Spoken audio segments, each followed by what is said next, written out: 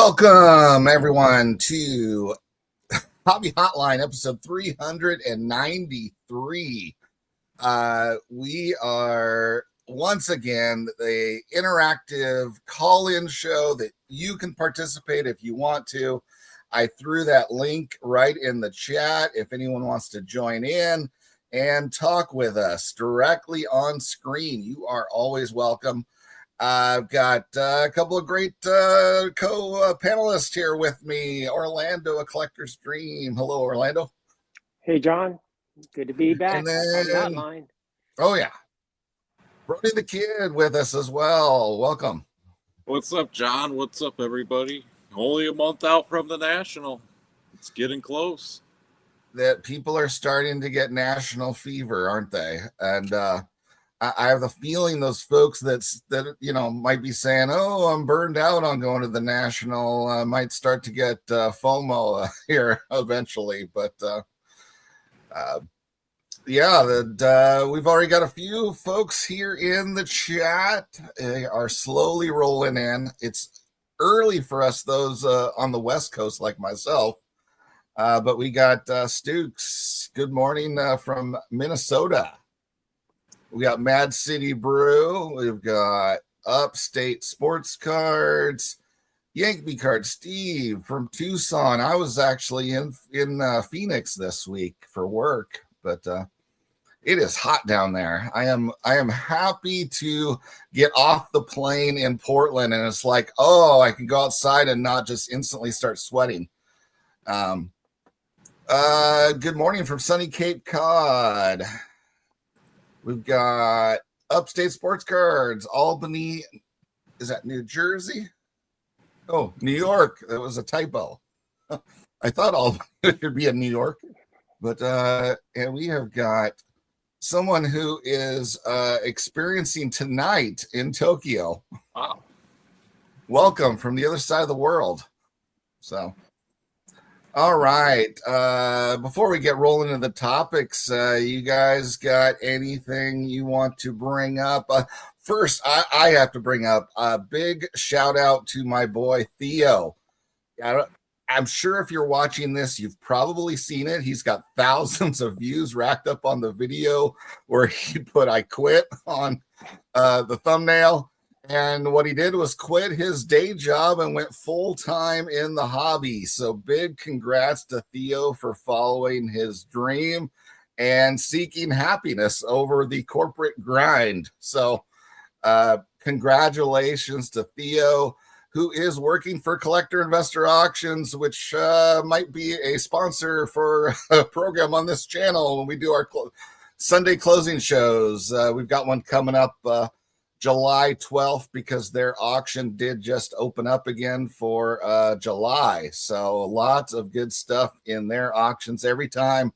And the thing that's great about them is that I feel like they hit every price point for any level of collector. So you've got your big comma stuff at the front end of the auction, but then they've got just depth all the way through for, bargain collectors, and everything in between. So, okay. Orlando, you got any?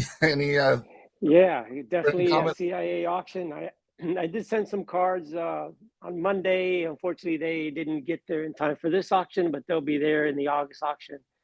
But they're a great auction house. It's the one I've been using. I think this will be my 5th time sending cards over there, and I especially love that they pay you immediately as soon as they they sell them.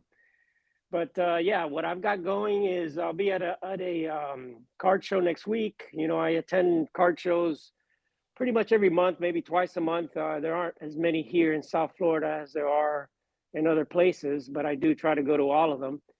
And I've got a new podcast that's coming out actually today. We recorded it yesterday with Sammy Thunder. And it pertains to card shows. It's called Card Show Culture.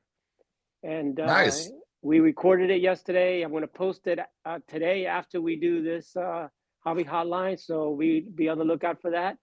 And it'll also be, some of it will also appear on the Sports Card Clubhouse. So Sweet. Sammy and I are thinking of doing it once a month. we both do a lot of card shows. So we're just going to talk a little bit about what's happening out there at the card shows. And it's crazy already that we're having the National again. It seems like yesterday that we were at Strongsville, and Oh it yeah. kind of seems like yesterday that Brody was a kid, and Brody's not a kid anymore. So time flies. So back to you, Brody. What do you got going on? I'm so excited for the National, but I think as well, something good to mention is to shout out my man Tim at Signatures for Soldiers.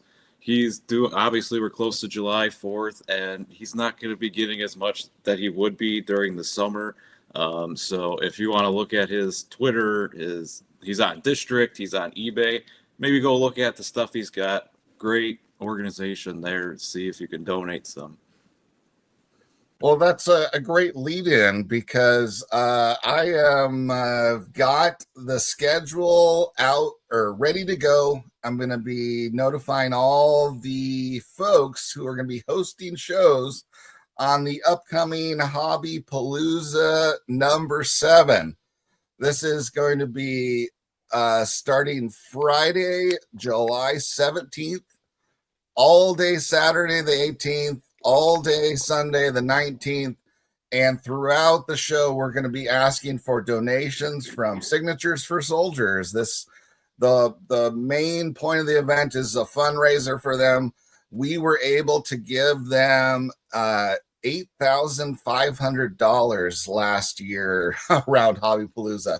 So the goal for this year is let's hit that 10K. That's a magic number. We want to try to hit that one this year.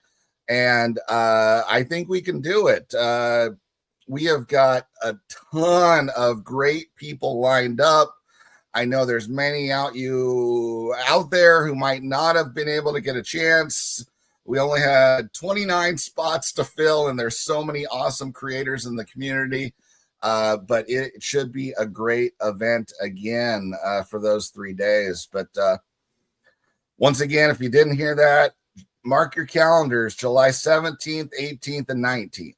So starting Friday evening, the first show is going to be 7 p.m. Eastern, 4 Pacific. And once again, leading things off for us, the host was going to be Silver Jackify. And they always put together a great show and all kinds of, you think of one of the big creators in our little hobby space, and they're going to be a part of this. So it should be a fun event. But just back on your linkage with Sammy Thunder Orlando, that's to me it's very synergistic because you guys started almost around the same time. You guys both blew up as far as channels with doing exactly what you're talking with, walking through shows and giving us great looks at, the folks like me on the West Coast that have a dearth of card shows. I get to see and be jealous of you guys over to the East Coast of what you have access to on a regular basis. So, I'm looking forward to your show. I'm a little jealous of Sammy because, of course, he's got shows every weekend. But yeah, Sammy and I, our channels are very, very similar. We do card shows and we show cards, and we started around the same time. We've been doing YouTube now for almost 5 years. And we actually did a collaboration when we were both hitting 2,000 subscribers at the same time. So yeah, I remember that. We did that and gave away some prizes on that. And, now we're both over 4,000 subscribers. And again, it's been almost 5 years. And we both were inducted into the YouTube Hall of Fame the same year also. So it was you've been on a parallel course with him up in the Northeast and you down in Florida. Yeah, and Sammy and I have become really good friends because of all of that. And of course, we see each other when we go to the big shows. But I think it was a great idea. Sammy came up with it and said, there aren't any podcasts out there on, card shows and what's actually happening at shows. So, he said, hey, let's do it. I said, we're going to do it. So we're going to do it once a month. And, who knows if it becomes popular, maybe we'll do it even more often. We'll see how it goes. All right. Yeah, sounds good. Speaking of shows, let's get into the topic of what is coming. Only 1 month away. It's starting to be the buzz across many conversations on channels. The National is coming. We what? It's 1 month and 2 days would be the start of it now. So it seems to be on fire again. As we can see, let me show my screen real quick. Here we go. Boom. It's already sold out for the VIP packages. So those of you out there, if you don't have your tickets, you might want to buy that 5-day early entry pass now before those sell out as well, because I do remember last year they sold out before the show as well. So, but is there any stopping this train of the hobby right now of just being on fire? And what are your thoughts, Orlando? No, there's no stopping it now. I think it's supposedly they say that this is going to be the biggest show ever. I think the biggest has been back when they had that Anaheim show, and this is supposed to be the biggest one. I mean, yeah, those VIP tickets have been sold out for a while, and the 5-day early access. If you don't get your tickets this week, you may miss out, because I remember last year they did sell out. And if you've got to go with the daily passes, it takes a while to get in the building every day. Yes. If you remember, John, the line seemed like it was over a mile long outside, and they had to literally go outside and put the wristbands on people out there, because the line went all the way out into the street, and it took those guys just over an hour just to get in. So you don't want to do the daily pass unless you're only going to go there one day. But if you're going to be there more than 2 or 3 days, you got to get the 5-day, the early pass, and get in before all those crowds. If not, you're going to be stuck out there in the heat and the crowd for a long time before you get into the hall. All right. It looks like we're on the big screens at the sports card shop. So hello, everyone shopping at the sports card shop. But this is going to be the biggest show. I'm so excited for it. I love that the upstairs is going to be bigger, because I think all of us that went upstairs last year knew that was not the best design ever, but it's the buzz every year, and I'm really excited for it. I can't wait to see everybody. I think that's the best part about the National, is being able to see all the people we're talking to here and on our YouTube channels, on Twitter, on Instagram.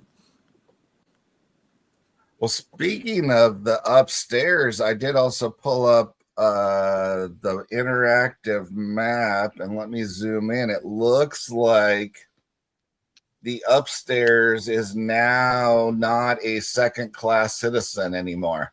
So it appears to be much better, where they've actually got, corporate things upstairs and real aisles. So I'm looking forward to that being a usable space, as opposed to the nightmare it was last year. So you could, once it got past the early morning, you could not squeeze hardly past those aisles without colliding with everyone. So that is much, much better. I mean, you got eBay has booths up there, so that's definitely going to be laid out better. Yeah. What's TikTok doing up there? I do not know. Well, yeah, what is TikTok's involvement with the sports card hobby at this point? That is weird. Yeah, I don't know. Like, even Fanatics has a smaller booth upstairs in addition to the big one they have downstairs. Well, I heard a lot of people do sell cards on TikTok. Now, I don't have TikTok, but that's kind of what I've heard. So that's got to be something they want to promote a little bit more. Oh, here's a question. pre-national commercial. Where is the West Coast Card Show commercial? It's coming up before the national. I think what it amounts to is that the majority of our community is Midwest and Northeast based is what it amounts to. I mean, that's even the prevalence of, if you look at that card show map website, dang, the little pins are just like everywhere in the Midwest, like Ohio, Pennsylvania, New York. It's insane how many pins are on that map for card shows in those states. But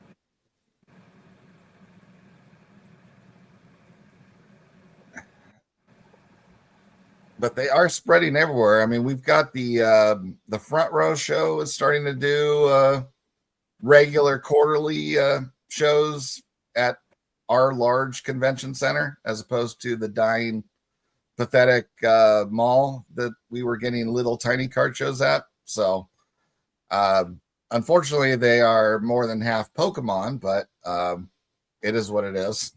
So, but that looks nicer. But, you know, any other thoughts on the whole card show front, and, you know, beyond just the national, how crazy it is getting? Yeah, it's definitely getting crazy. I mean, we'll see. Last year, there weren't as many Pokemon dealers at the national as there are in regular card shows, where, you know, you've got 50, 60, 70% of the show is Pokemon. But I hear there's going to be more Pokemon, and, you know, maybe in the second floor. You know, last year that place was huge up in the second floor, but it was all crammed into one section. So hopefully they'll expand all that out, and that's where probably a lot of the newer dealers are going to be located, because, you know, the way they do the national, it's the, you know, kind of the people who have been there the longest get to pick their spot and pick their booth, and those get in. And then the ones that, the new guys, you know, they get whatever's left over. So that's probably going to be the second floor guys, and I would imagine the Pokemon are going to be more up there. But it looks like they're going to have bigger aisles, which is great, because upstairs before, I mean, you couldn't fit two people in one aisle before. So hopefully it'll get better. But yeah, I'm expecting this to be the biggest national ever, based on all the hype and everything that's going on. And it's going to be just the area where all of the corporate booths are going to be.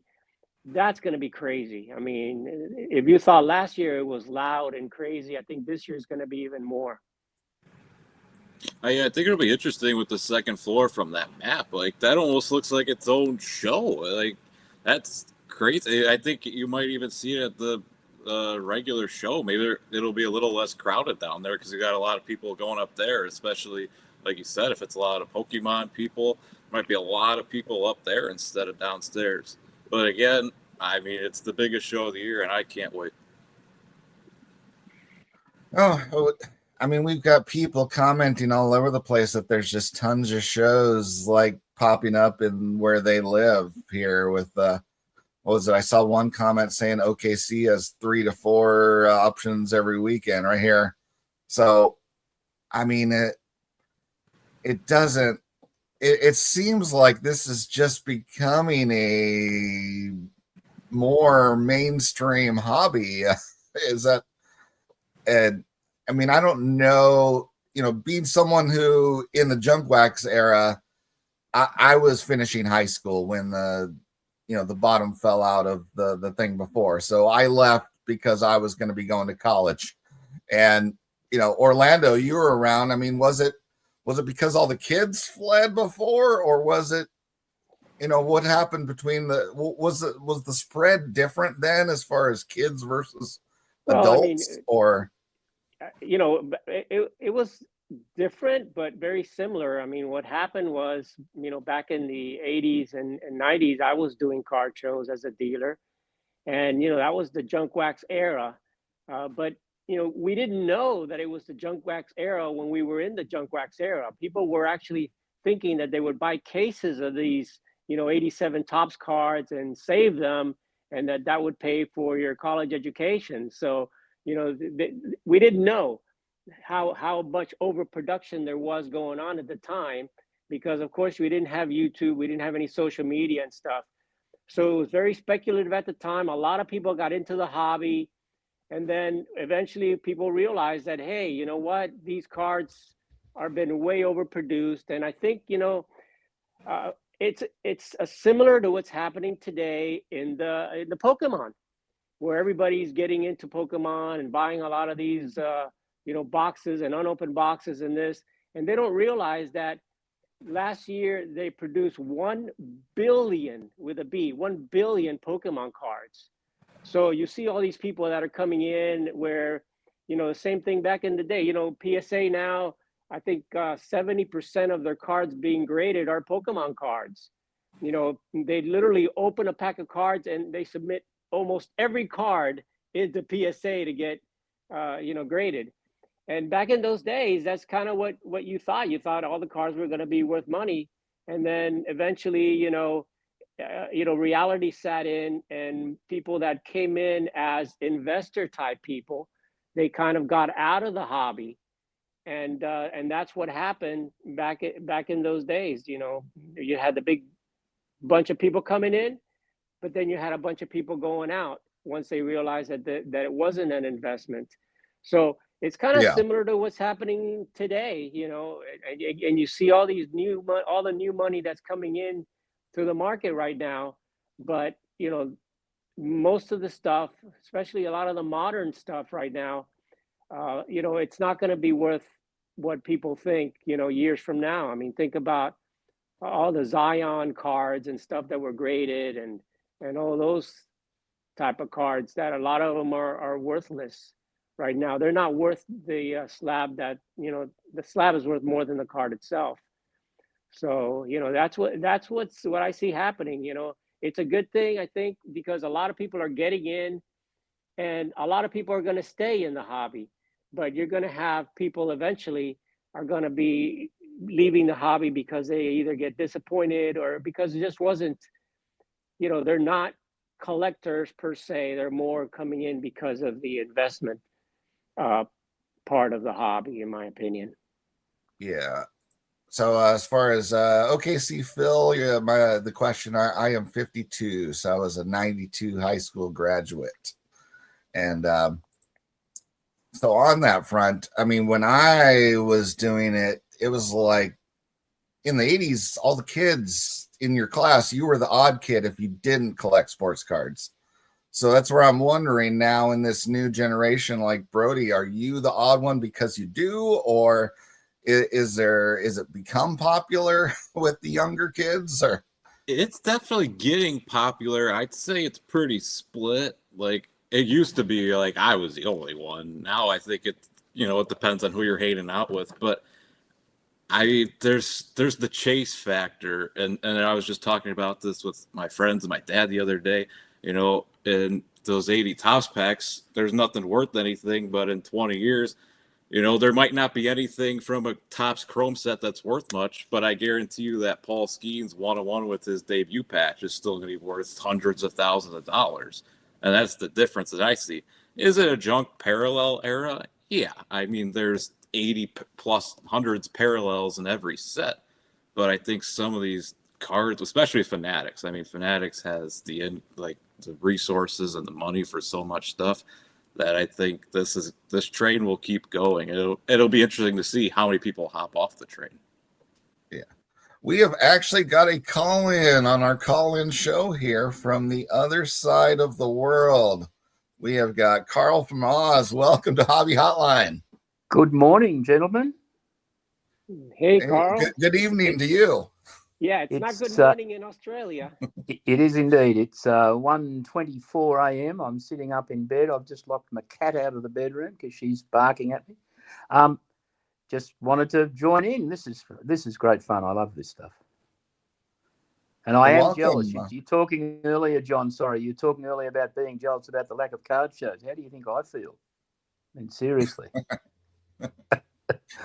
You guys seems like you visit all the big ones that I do.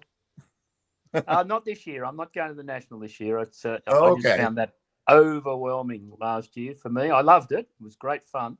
But no, I'm locked into Strongsville next year. That's the next big one for me. Yeah, it's got to be tough for you. It's almost a 2-day traveling to get to the National. It can be, Orlando. Yes, it can indeed. Indeed. I'm Yeah. coming over to the States late October and hoping to catch up with a few people. My son-in-law is running in the New York Marathon, so I'm going to be over for that. But that'll be the next time I'm over there. Carl, tell us about the hobby in Australia. Tell us how it's like over there, and are there card shows over there also? There are, but they're overwhelmed by Pokemon, I have to say, and which tends to deter me. What I've found is that there is a significant interest in basketball and soccer, English football, Australian sports. We have our local football league is called the AFL, Australian Football League. Its cards are very popular locally, obviously not internationally. Cricket's very popular. But Pokemon is just swamped card shows generally, which, as I say, makes it less than totally attractive for me. There was a guy came out from the States to a big show in Sydney a few weeks ago. I can't remember his name, but he did a good video on the show up there. And I think there's a few additional shows in Sydney compared to Melbourne. And where are you? What city are you in, Carl? I'm in Melbourne, which is down the southern part of the country, on the east coast still, southeast coast. Melbourne's the second largest city in Australia, soon to be the largest. We're catching up to Sydney population-wise. Sydney's got about 5.5 million. We've got about 5. In Australia, the population is concentrated significantly on the coast. There's hardly any population in the interior in terms of numerically. There's very large cattle ranches or what you guys would call ranches. Like I think there's one I think it's in Western Australia that's the size of Belgium or something like that. I mean, the acreage of some of these places is staggering, but it's pretty poor country in terms of fertility in the ground, etc. But I'm getting jealous about not being at the National course. But you can't do absolutely everything. And JT has invited me to be the umpire in one of his shows in the next few weeks. So I had arrived yesterday a National League umpire's hat, and I've bought a whistle to bring people into line, and I intend to have the tiebreaker questions based on Australian history. So just a bit of a head up for Nice. whoever the participants happen to be. But, if anyone's not aware, that's referring to JT's Vintage Card Room. Yeah, that's he the one. has a new show called Pre-War Card Clash, which is basically admittedly a ripoff of Showcase Showdown, but complete focusing rip-off on pre-war. Yeah, as I say, it's a complete ripoff, but that's okay. I don't think Mike and Chris mind that much. He got their blessing, so. Yeah, I think so. And Brody, whereabouts are you based? You got a lot of card shops down there too? Not that many. There's more and more coming on, but again, it's all Pokemon based primarily. And they usually have a smattering of modern sports. They have very, very little vintage. Very little vintage. I mean, I would not keep them profitable. That's for sure, because there's just hardly anything there. But unfortunately, eBay, REA, and CIA auctions have got me somewhat hooked at the moment. So we all have limited funds, no doubt. Yes, Brody, it seems like every closing show, there's a stack of Carl from Oz wins. Well, there won't be for the next few months, John, because I do have to save for Strongsville next year. I can't keep doing this. Sure. Yeah, Brody, Carl was asking, where are you from? And Yeah, You know, we now that both great. you talk about this, tell us about the card shows in your area. What are they, and you know, how are they doing over there? Yeah, I'm actually only about 35, 40 minutes from Rosemont, from the convention center. So Oh, right. they usually do a couple, they usually do two smaller ones there called the Chicago Sports Spectacular. And I think it's usually in the upstairs part that they're using for the National. It's a pretty decent show. A lot of autographs guests there as well, too. And then recently, in like the past year and a half, there's a lot of just random shows in small towns popping up. A lot of Pokemon too, especially at the couple I've been to recently. I'd say probably like 60-70% Pokemon. But yeah, it's pretty crazy because a lot of these towns are really small, but there's a lot of people there. Mm. It's crazy to see how many people are Yeah. going to them. Yeah, you know, I think that's happening here too. We had a small show in really a small little, I guess you call it a town, even though we're here in Fort Lauderdale area, in Cooper City, which, you know, it's kind of a real small, you know, area. And they did their first card show in Cooper City here recently, and Stooks was here, you know, in the area. He was staying in West Palm, and we met up at the show.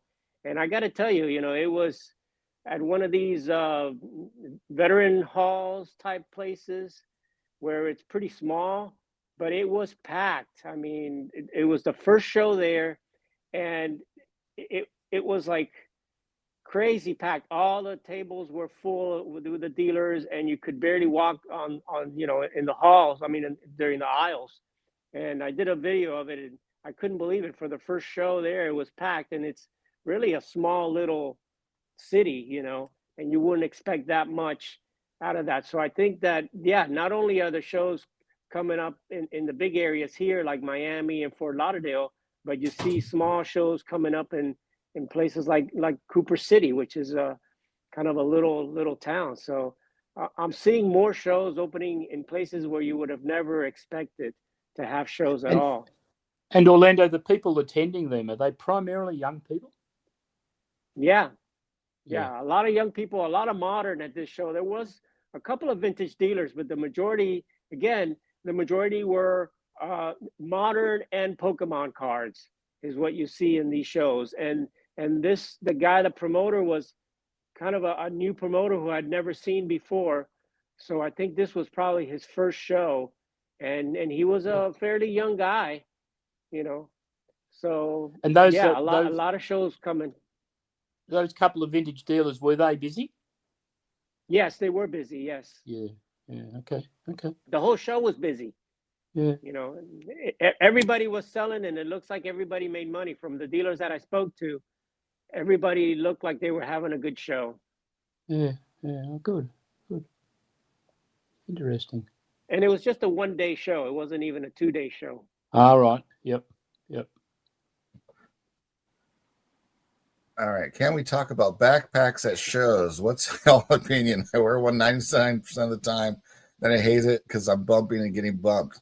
It's because those card shows are so popular and are packed full of people. So, yeah, I mean, for me, Phil, I have a very small backpack that I carry with me when I go to the National, when I go to Strongsville. You know, when I go to the local shows, I usually don't bring it. But I have I wouldn't even consider it a backpack. It was a little thing they gave away at Disney World. So it's kind of like a little, I got it at a Disney World cruise when I went on a Disney cruise. It's a small little backpack that I just kind of carry with me. But those big backpacks, they're terrible, especially they cram them with boxes and boxes of stuff. You know, I mean, you're just bumping into people constantly with that. So I try to bring just a small, you know, thing. It's bigger than a fanny pack, but it's smaller than a regular backpack. But you got to have something to carry your cards in, and you know. And when I go to the National or a bigger show, I usually bring some cards to sell or trade too. So I got to have something to carry it with. Yeah, more like a satchel type thing. a satchel for your satchel? Exactly. Yeah. Are you taking much to the National, Orlando, to trade? I'm going to take some. Yeah. I mean, I've sent some cards to CIA, but I'm also going to take some cards. Not necessarily am I going to trade or sell them if I don't have to, but if I find something I really want, then, I'll have some trade bait with me just in case. But, the stuff that I'm looking to sell, I'm trying to sell it before the national, send it over to CIA and get rid of that. Or I always get in contact with a lot of the dealers that are going to be there, like a Garrett or stuff like that from Ballpark Memories, and let him know what I've got. And if he's interested, then I'll bring some of that stuff. But for the most part, I'll bring some cards that if I have to trade or sell, I will. But it's going to be stuff that if I don't sell it, I don't trade it. If I don't find anything I really, really want, I'm good. But if I need some cash, it's always good to bring some trade bait. Yep. I think it depends too on what you're looking to buy. I mean, some people go and buy cases of stuff or 5 boxes of something. You gotta carry it, Yeah. And if you're like you said, if you're bringing stuff to trade and sell, you got to put it somewhere. Yeah. All right. It was a slow hobby news week, so scraping around for something, did see the fact that a article came out this week in ESPN, which, when they're going to talk sports cards, they're generally probably months behind our conversations generally. So, but the fact that it's might get that many eyeballs being on that major of a site still makes it intriguing. And that is this article here. There we go. Could box breaking be considered gambling or lottery?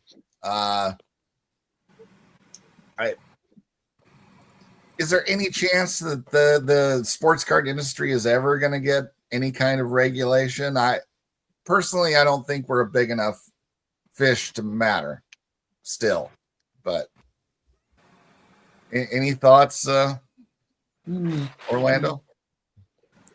I think they've tried to have some regulation, and we've had a few lawsuits coming by there, but it's not going to happen.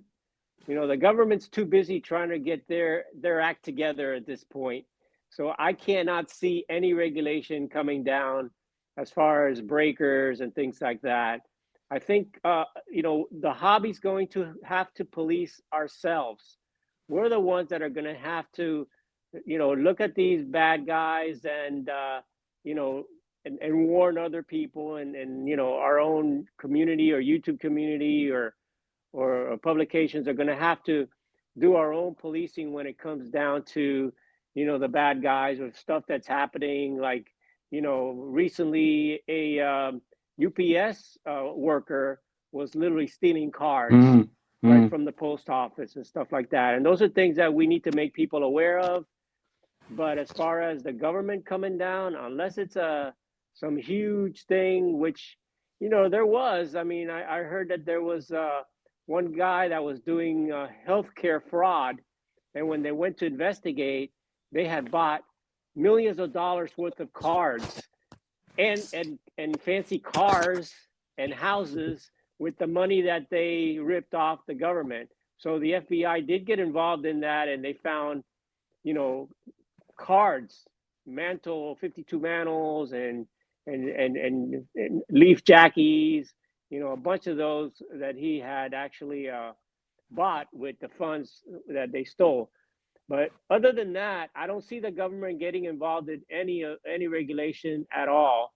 I think it's going to be up to us and up to some of the companies like Whatnot, because a lot of it seems to be happening at Whatnot. I think they need to get involved and crack down on it.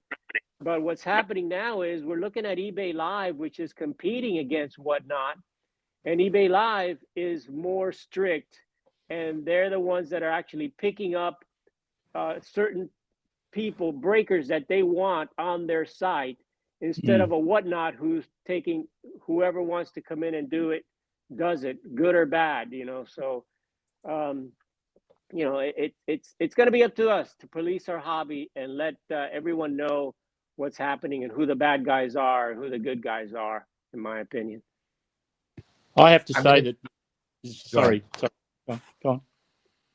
Go ahead, Carl. No, what I was going to say was, I find eBay auctions quite good to deal with.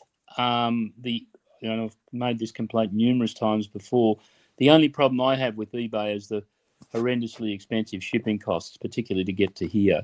A single card that I buy that costs $20 is going to cost me more than $20 to get here, which I can't control, obviously. And as you're undoubtedly aware, eBay basically bans you having direct negotiations with the seller. So unless you can work out nefarious ways of in code telling them you want to talk to them directly, it's fairly difficult. And in fact, 99% of them, if they realise that you want to talk to them directly, they will talk to you directly. But it's a bit tricky. But the other thing I was just going to mention, someone just put up a question asking me whether I was going to be going to the NFL game that's going to be played in Melbourne in September, and I most definitely am. It's at the cricket ground in Melbourne. That's the largest stadium we've got here. Holds just on 100,000, and I'm a member of the club that runs that, and in saying I'm a member of the club that runs it, the club has 100,000 members, so it's not as if it's an exclusive club at all. And the NFL gave club members a first crack at tickets. You still have to buy them, but yeah, definitely going to that. That's going to be on our date, September the 11th, so it'll be the 10th your date, which will be a Thursday, I think, over there. No, it's getting a lot of buzz. A lot of buzz. Yeah, it's very cool to see the football games going down there and expanding internationally. Yeah, we had, how long ago was it? It was about 10 or 12 years ago. The Dodgers and the Diamondbacks had their opening series in baseball at Sydney Cricket Ground. And my son and I went to that, and it was hugely successful as well. I mean, Australians will go to any international sport that comes here. We are somewhat a sports nut country. Now, rugby is big over there, right? You have a rugby league? There's two forms of rugby, Orlando. There's union, which traditionally came out of the public, or what we call public, but which is in fact private school system in England back in the 19th century. Union is considered gentlemen's rugby. Rugby league, which grew out of, and it's a very similar game to rugby union, not quite as brutish, I have to say, because union's pretty rough physically. But rugby league grew out of the mining towns in northern England originally and came to Australia in the late 19th century. And rugby is extremely popular in the northern states, Queensland and New South Wales, not so much in Melbourne because Australian rules football grew out of a hybrid of rugby and soccer in Melbourne during the gold rush period in the 1850s. And even now, crazily, Melbourne I'm trying to think, I think there's 17 teams in our Australian Football League, and it's a national league, but 12 of those teams are based in Melbourne. So it's still incredibly local in Melbourne, but gets massive crowds. I mean, every weekend at the cricket ground, there's 80,000 people at a game. It doesn't matter who's playing. And they have games starting similar to what you guys have with your football now, Thursday night, Friday night, Saturday afternoon, Saturday night. And because there's teams now, there's two Australian Football League teams in Sydney, 2 in Brisbane, 2 in Adelaide, 2 in Perth, and 12 or 13 in Melbourne. And there's a new one about to begin. It'll be the 19th team based in Tasmania, the island state below us. Do you think? Rugby is very popular in the northern states, Orlando, particularly. Yeah, I know you mentioned basketball is popular over there. Do you think that bringing American football to Australia will help the American football cards? Yes, undoubtedly. I know you collect some football cards yourself. Yep. Again, vintage. I love the 1940s and 50s US football cards. I think they're just pieces of art, to be honest. But funnily enough, one of my grandsons, whose dad is the one running in the New York Marathon, he, long story, he played for an American football under-16 team in his local city, Geelong, which is the nearest big city to Melbourne, and they actually won the national underage gridiron championship. He played in the Victorian team, and it's a fairly low level of entry in terms of quality of the game. But of course, he was delighted to win, and I'd said to him months before that if they won the tournament, I'd take him to the US on a American football tour. So literally, as he walked off the ground, he said, "When are we going to the States?" And we did that last October, November. Went to games at Texas A&M, Cowboys games. It was a great trip. But in answer to your question, cards, definitely there'll be a boost in American football cards for sure.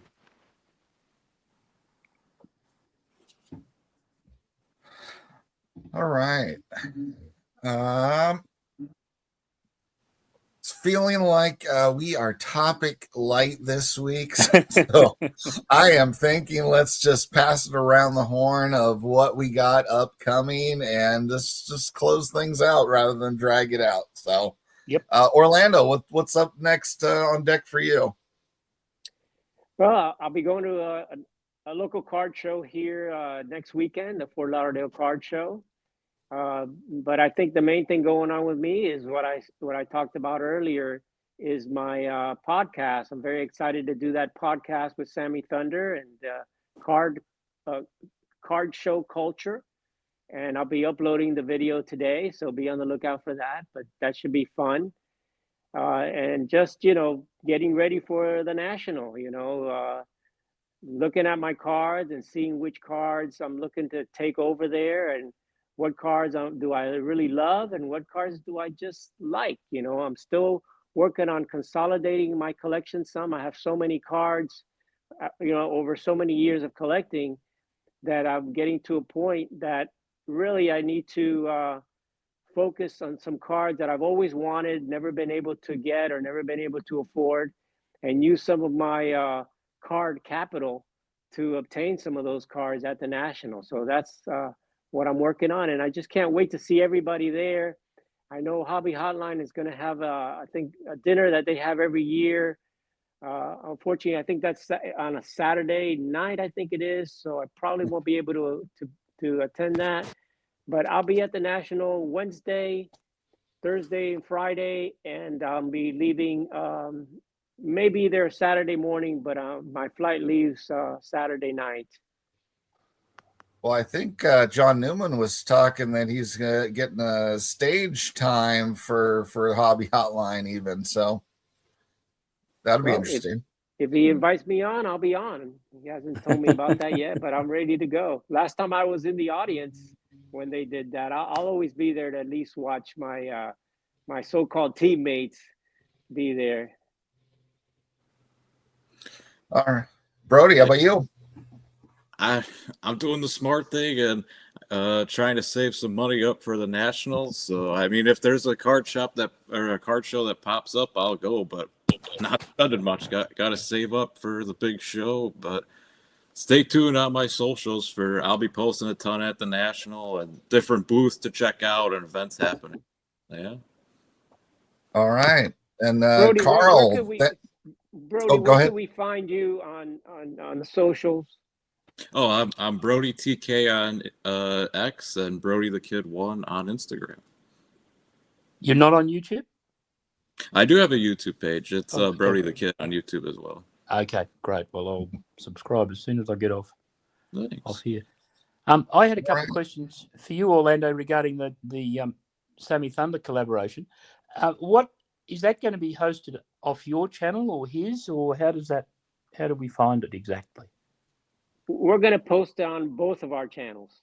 Oh, right. Okay, good. So be on the lookout. And we do it's about an hour show. And then we did a 15-minute kind of an after show, which we continue the conversation. And that'll be on the sports, on the Sports Greg Card Miller's Clubhouse. Sports Card Clubhouse. Oh, And right. that'll Yep. be probably a 15, 20-minute kind of after show type thing, Like a similar wrap. to The Hangover. Yeah. Yep. Good stuff. And you, Carl, what do you got going on? Quiet time, as I said, I'm going to try and pull my head in with regards to buying between now and next April. I would like to just give a very brief shout out that I'm trying to find at an economical price. Well, one thing certainly won't be an economical price. I would love to get hold of a ticket to what was the Tommy Burns, Jack Johnson fight at Russ Cutters Bay in Sydney back in, I think, 1908 or 1910. It's seemingly almost unobtainable, which is not totally surprising. And the other one that I'm trying to chase is the Babe Dietrichson card. I think it's is it a Gowdy card? I can't remember now. Sport Kings. Sports Kings, that's the one. Yeah. But again, one does have certain budgetary constraints, so I just have to manage that. But other than that, no, fairly quiet time. Our football season's about half over. The team I follow in it is on the edge of the playoffs, having had a terrible start to the season. Funnily enough, the finals will start in Melbourne literally the day after the NFL game in Melbourne. So they'll be working 24 hours after the NFL game to reconfigure the stadium. But other than that, quiet time, Orlando. Yeah, and Carl, your YouTube channel, let everybody know about your YouTube channel. Oh, thank you. Simply called Carl from Oz. It's funny, my kids, who are both adults, they were somewhat amused when I said I was going to start this channel, and they said, "Oh, how often are you going to do it?" And I said, "Oh, about once, maybe twice a week." And I think I've just thank you, John. I think I've just recorded my 75th video in the last 5 months, so I think I've been a bit obsessive. I've forward posted a few for the next few weeks, primarily on things that I've picked up, and I'm going to try and vary this a bit, because apart from anything else, I think a lot of people perhaps take the approach to people showing what they've picked up all the time as simply showing off, and I sincerely don't want to come across that way. Problem I have is that I get so excited about some of the stuff that I get, I like to display it, particularly that Mr. Murphy card that you so kindly, Orlando, let me have a free crack at the auction 2 or 3 weeks ago. We've got to do a video about that guy too, because he's an amazing character. Amazing. Anyone who takes that approach in the comments negatively, I hope you are happier in the future, because clearly you're not happy right now, because you're crapping on somebody who loves something and they're just excited to show it to the world. So yeah, that's true. So, John, your turn, John. You got a lot of things on your plate right now. Yeah, a little bit. While I'm at it, I can catch up with the chat at the same time. So thank you. Good to see you again, John. So my personal channel has been dormant for about 2 months, but a lot of it's been busyness. One thing is organizing Hobby Palooza. Oh, I was going to ask about that, Rick. So I mentioned it earlier in the show. July 17th, 18th, and 19th, starting at Friday night, the 17th, 7 p.m. Eastern. And the Friday night is ended by Carlos. So who knows when it ends? It will probably end Saturday morning, the way those guys go. And then we're going to be all day Saturday, starting at 10 a.m. Eastern, 7 a.m. on the West Coast for us. And 3 a.m. here. What's that? I say 3 a.m. here. Okay. Yeah. Sorry, Carl. That's all right. I'll be watching. The closing show Saturday night at 10 p.m. Eastern is Sports Card Live. Jeremy Lee is once again simulcasting on this channel as well as his own. And then Sunday, kicking off again, 10 a.m. Sunday morning. And then the final show is going to be our normal For Collectors live stream time slot starting at the 9 Eastern. So What were those dates again, John? 29 different show hosts overall. So what were those dates again, John? July 17th, 18th, and 19th. Okay, so about 3 weeks. Okay, 2.5 weeks. So, and again, remember that in the form of live streams. These are all live streams. Right, I will have created playlists for each of the days, so that if you just want to watch nonstop all day long, you just fire up that playlist and it'll run you show to show to show as the day goes on. So remember that it's all for charity, and like Brody said, Signature for Soldiers. That's what it's all about, guys. Yep. Yeah, it'll be great to see all the YouTube content creators on there. But the key is that we want to raise more than the $8,000 that we raised last year. So, save a little bit of money before the National to donate to Signature for Soldiers. It's a great cause. And Brody, anything else you need to say about that? Because I know they're your friends. Oh yes, Tim's awesome. Like I said too, I would make sure you go on, check out his eBay and follow him on X. He's always posting stuff on X. And National too. If you see me, say hi. Yeah, and he'll have a booth, right, at the National. This year he does not. Oh, he does not this year. Okay, okay. So how can I donate, for instance? Can I send you some? We will have all that information very clear. This year I'm not working as an intermediary. I've had enough of trying to do that. I know it helps for doing real-time, same-day prize giveaways, because then I know exactly who's done the charity and I can set up those wheels to spin. Because the thing we do each time is every $10 you donate gets you a name on the wheel. And so there are various prizes. Once again, Scott from Reindeer Studios is generously offering his time to create a custom piece of artwork for the show. And there'll be various other prizes in the mix that are donated by some of our sponsors, as well as just some folks in the community that generously want to throw a prize in the mix. And all that detail will be coming soon. I'm trying to put together the preview show as one of my 4 collectors releases this week, midweek. So all that information should be compiled soon here. Outside of that, I'm also hosting the live stream tomorrow. That is at 9 Eastern. We've got just a group for a fun card showing of collectors. The theme for this is going to be we're all picking our favorites or best or however they want to pick it. Card for each position, major league player, baseball. It could be anywhere from a modern card to an old pre-war card. I'm thinking about my picks. I've got a 90s card, an 80s card in the mix, as well as going all the way back. So it should be a fun card showing. And then, so like I said, it's my turn also for the pre-record show, which I will be getting that information out this week as far as how the donations will work, as well as previewing a bit of who all the host lineup is and, giving at least the preliminary times before maybe people start to beg me to ask to switch. That's a lot of what I've been doing the last month is contacting all these people.